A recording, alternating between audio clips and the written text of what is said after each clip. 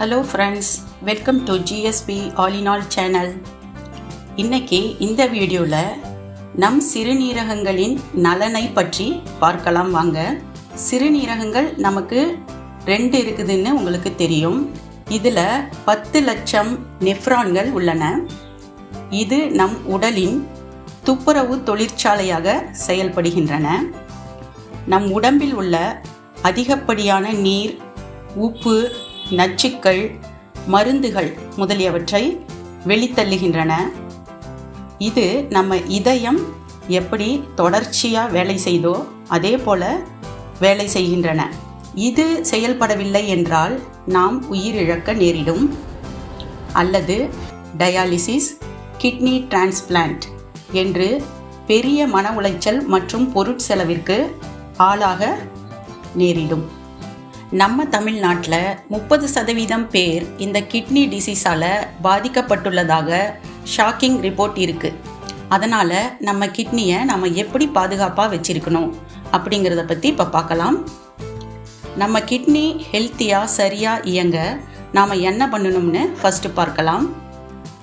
நமக்கு ஹெல்த்தியான food habits இருக்கணும் ஃபஸ்ட்டு. ரெண்டாவதாக நமக்கு ஃபிசிக்கல் ஆக்டிவிட்டி இருந்துக்கிட்டே இருக்கணும். 3, நல்ல தூக்கம் இருக்கணும்.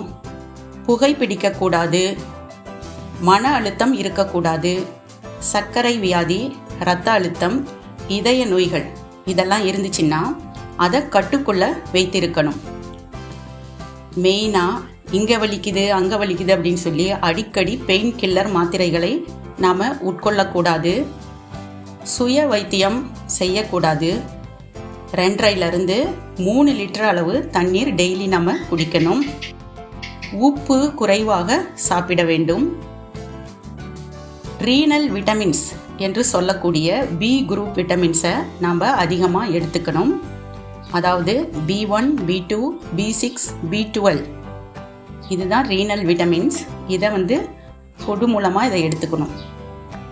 நம்ம கிட்னி ஹெல்த்தியாக இருக்க நாம் எடுக்க வேண்டிய உணவுகள் என்னென்ன அப்படிங்கிறத பற்றி இப்போ பார்க்கலாம்.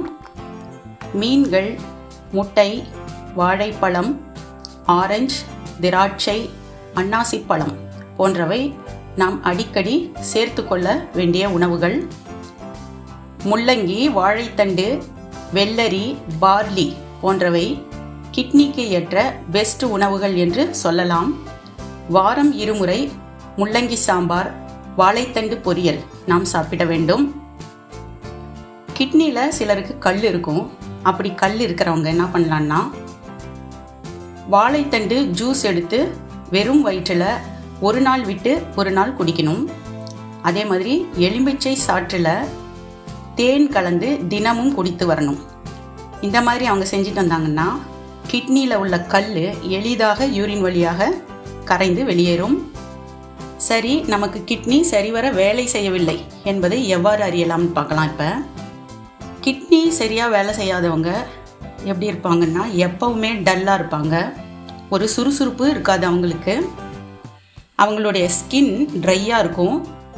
அதே மாதிரி சொரிஞ்சிக்கிட்டே இருக்கும். அங்கங்கே ஒரு சொரியும் தன்மை இருக்கும். 3வதாக யூரின் அவங்களுக்கு நுரை போல் வெளியேறும். கண்களை சுற்றிலும் வீக்கமாக இருக்கும். கால் பாதங்களிலும் வீக்கம் இருக்கும். யூரினில் சிலருக்கு இரத்தம் கூட வெளிவரும். நம் தசைகளில் அவ்வப்போது பிடிப்பு ஏற்படும்.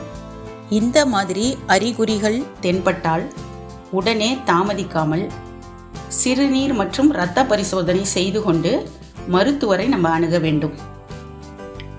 நாம் வருடம் 1 முறையாவது இந்த சோதனைகளை செய்து பார்ப்பது மிகவும் நல்லது. இந்த வீடியோ உங்களுக்கு பிடித்திருந்தால் லைக் பண்ணுங்கள், ஷேர் பண்ணுங்கள், கமெண்ட் பண்ணுங்கள்.